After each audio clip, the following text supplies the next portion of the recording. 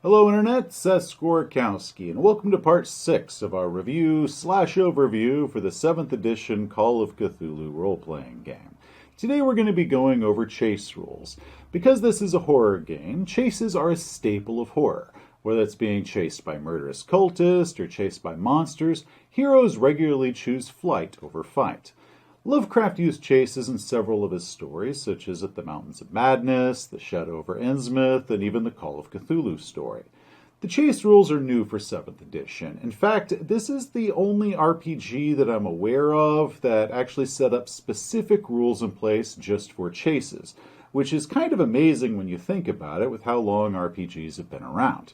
Now, previous editions and other tabletop role-playing games just simply give character movement rate and leave it at that, which has forced game masters to employ their own house rules to make chase scenes just a little bit more lively and fun. In many games, such as Dungeons & Dragons, movement rates are all set, where all humans move at 30 feet around, while dwarves move at 25. All of them. Which makes chases between creatures of the same race kind of boring, since they all move at exactly the same speed. Now, thankfully, Call of Cthulhu personalized movement rates. Movement is based off of a character's individual stats. So with our character Jack Malone that we made, Jack has a movement rate of 8. In our combat episode, we've already covered that Jack can move up to 8 yards in a round. Or he can sprint 40 yards in a round, but he has a penalty dice for any actions that he tries to do during that round. Now, for many keepers from previous editions, that's enough for them. They've already built their house rules, and they've been using them for years, and they're satisfied with them.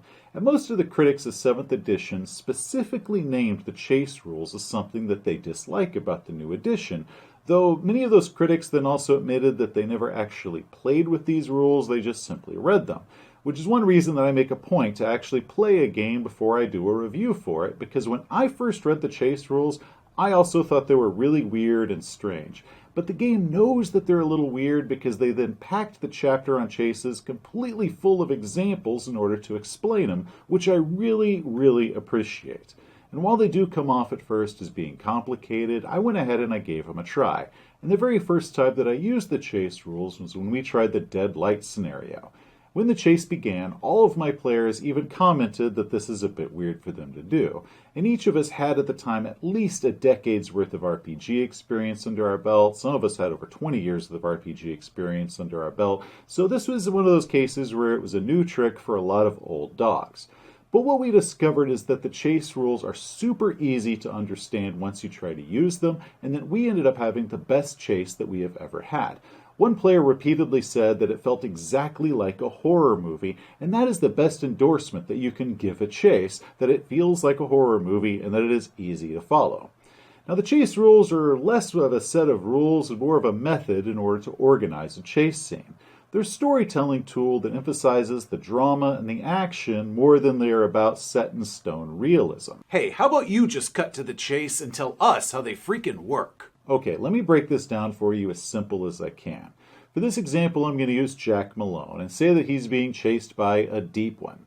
The first thing we do is we determine the speed of the participants. For foot chases, we start with a constitution check. On a success, in this case 80 or less, we move at our regular movement rate, which is 8. If we roll above our con, failing the roll, we then subtract 1 for our movement rate, bringing that down to 7. And if we had rolled an extreme success, in this case 16 or lower, we move at 1 speed faster than our normal rate, which would be bringing that up to 9. Now, not all chases are going to be by foot, and they should be making an appropriate roll for whatever the method the chase is going to be using. Car chases use drive auto, piloting a boat or a plane as piloting, riding a horse or a motorcycle as ride, and of course there is swimming. Now for our deep one, we roll a constitution of 50 and apply that to his movement rate of 8. So let's say that they both made their constitution checks and we both start off with our normal movement rate of 8. Once we have all the speeds of all the participants listed, we then reduce the lowest speed to 1 and reduce the rest of the speeds by that same amount. So our case, because they're both tied at 8, we reduce them both by 7, making them still tie at 1. Now that's the number of movement actions that a character in this chase is going to be able to do in a single round. So instead of saying that they both succeeded, let's say our deep one missed its constitution roll. In that case, we then reduce its normal movement rate from 8 down to 7.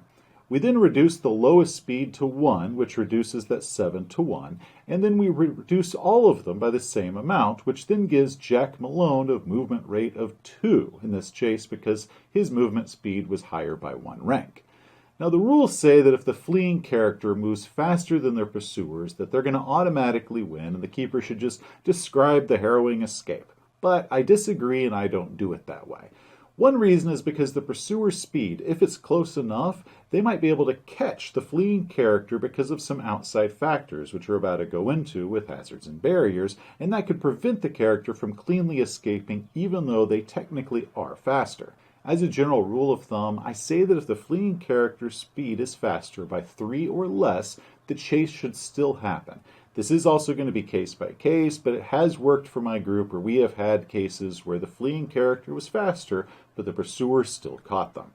Next, we're going to draw a line and a series of dots along it. These dots are called location markers. As the name implies, each dot represents a location along the chase. The distance between the markers isn't set. If you're running through a field, each could represent 30 feet on foot, maybe 100 feet if you're going to be using a car. If you're fleeing through a house, each marker could represent an individual room. Some might be 5 feet apart, some might be 20, and even in the same chase. They're just significant locations along the path of the chase rather than a specific distance that's going to be crossed. So we draw these out as a line. Now the actual path might be full of curves and different things like that, but we're going to represent the whole thing as a line. Next, we place our characters along this line, starting with the pursuer, in our case a deep one. Next, we place our fleeing character. The fleeing character can start 1 or 2 locations ahead of the pursuer. It's completely up to the keeper which they want to do, 1 or 2. For dramatic purposes, the fleeing character is going to begin with a slight head start over the pursuer, and depending on the situation, the keeper gets to decide how much of a head start. Now, because of a chase without obstacles is going to be a boring chase, we're going to place some obstacles in the way to spice things up. And that brings us to step 4, hazards and barriers.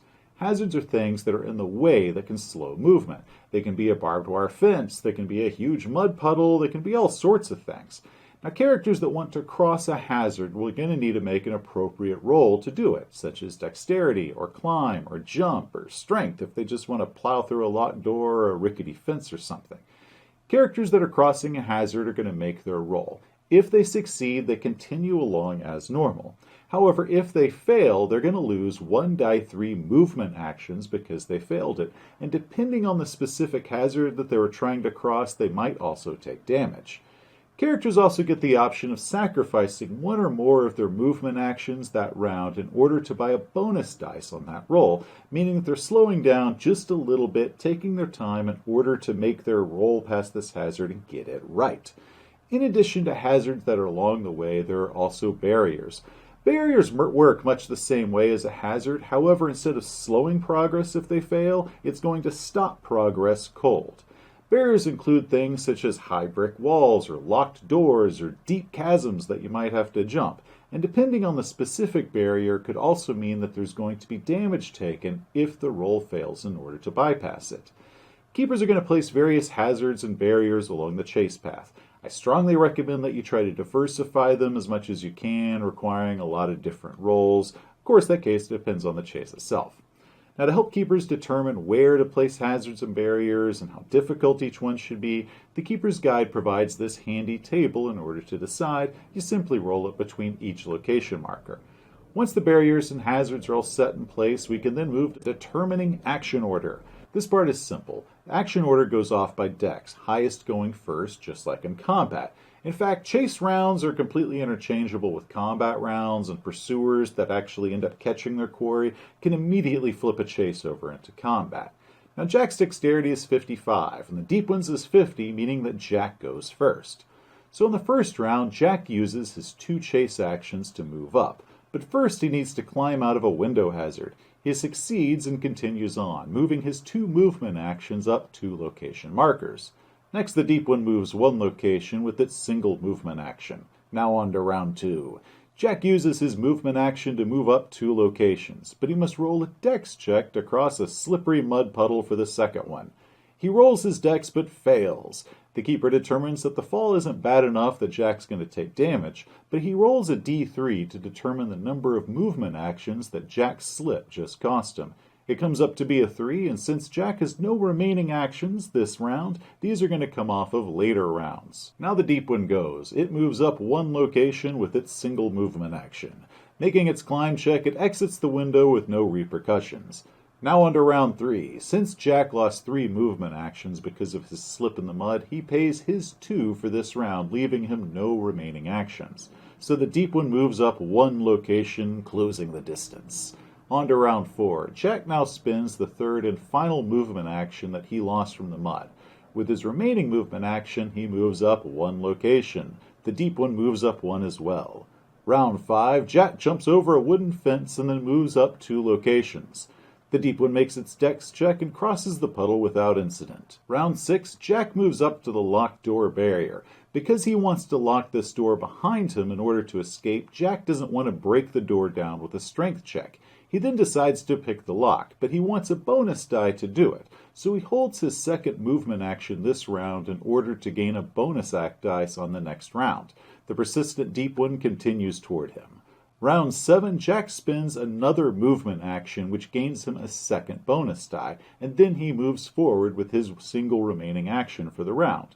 He rolls his locksmith skill, and with the 2 bonus dice that he's amassed, Jack succeeds his roll. He locks the door behind him, and Jack has escaped. And there we go. That is a very simple chase example, but they can go in a lot of different ways, such as if we had more participants on either side, or if we'd employed firearms. To use firearms in a chase, the keeper must first determine the range and the line of sight between the shooter and their target. If there is a possible shot, then the character can stop, not move that round, and fire up to their normal rate of fire without any sort of penalty. But if they elect to keep moving, then they can still move and shoot, but they're going to have a penalty die for that shot because they're firing while running. Characters can also try to hide if they enter a movement location that is out of line of sight of their pursuers, such as rounding a corner and then diving into an empty barrel. Once the pursuer catches up, providing that the person that's hiding made their hide check, that character can then elect to keep hiding and let their pursuer just go running past them, trying to find them, or the person that's hiding could then elect to do a surprise attack and get any bonuses for that. Another thing that can happen is a character might elect to bypass an obstacle entirely if that's possible. For these, I suggest adding some additional movement locations to represent them running around this obstacle. Of course, their pursuers might still hurdle the hazard and then close the distance on them. Or a character, especially if you have multiple people that are being chased, might split up and take different avenues than the original chase path. That's completely fine, and you should be ready to adapt the chase for all your players once you get into it. Players should never feel that they have to be locked into whatever the set chase path is if there are options available. So let's talk about car chases. This is also going to apply to other vehicles such as boats or planes, but we're just going to call it car chases for this video. The Keeper's Guide has speeds and stats for general vehicles listed in the chase section, but in the Investigator's Handbook there is an expanded list that shows specific vehicles, which is really cool for personalization. Because vehicles are just inherently faster than trying to do it on foot, drivers have the option to accelerate, spending one movement action to move 2 to 5 locations. However, this increases speed does come at a cost, and drive auto checks that are made to go around curves or bypass obstacles are going to have a penalty die if they've accelerated 2 to 3 locations, and double penalty die if they've put their foot to the floor and they're going 4 to 5 locations with their acceleration. Passengers can still go while they're riding in a car at their normal dex order, firing out of windows or whatever else it is that they want to try to do. One passenger is allowed to assist the driver, making navigate or spot checks as they're going, look out or turn there, that sort of thing like that. And that allows them to remove one penalty dice from all those drive checks. Now for my game, I also allow them to give a bonus dice if there wasn't a penalty dice in place. They don't have to be accelerating in order to get the help from a passenger, but that's just a house rule that I do. Another option in chases, whether they're on vehicle or on foot, is sudden hazards. These are going to be those surprise obstacles, like a cyclist that just suddenly rides out in the road in front of you, and now your speeding car has to swerve in order to miss them. To determine sudden hazards, either a player or a keeper can at any point in the chase call for a group luck roll. The players are always going to roll the group luck roll for this. If the players succeed, the roll goes in the player's favor. If the keeper asks for this group luck roll, that means that the potential hazard that they have in mind is something that's going to affect the players. If the players ask for one, that means that the potential hazard is something that would affect the NPCs. Players and keepers alternate on who is going to ask for this group luck roll, so either side can make the initial request for that first sudden hazard in a chase, but they are not going to be allowed to ask for a second one until the other side has asked for one as well. And that's chases in a nutshell, and I'm going to tell you that they can go a lot of different ways. In one game we had it where the players all dove into a car in order to get away from a monster, and it was raining and the driver is making all of these drive checks in order to round all the curves. But eventually they failed one and the car went spinning off into the mud. So while the driver is trying to get the car restarted and make a new drive check, the players are watching this monster come closing in on them, and they're finally like, well, screw this, and they jump out of the car and they continue the chase on foot. And now they're going to be sliding and slipping and all sorts of stuff in the mud as this monster is still barreling toward them as like some unstoppable force. And that was a lot of fun.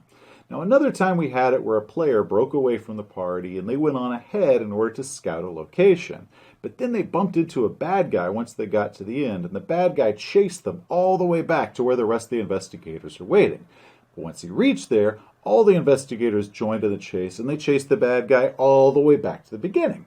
But that's where the bad guy had all of his friends waiting, and they then chased the investigators back, and the investigators ended up stopping about halfway through, took position up behind a fallen tree, and ambushed the people that were chasing them once they approached. So this one single location tracker we ended up using 2.5 times, and it was awesome. So I really recommend that. That was a lot of fun for us. It was a blast.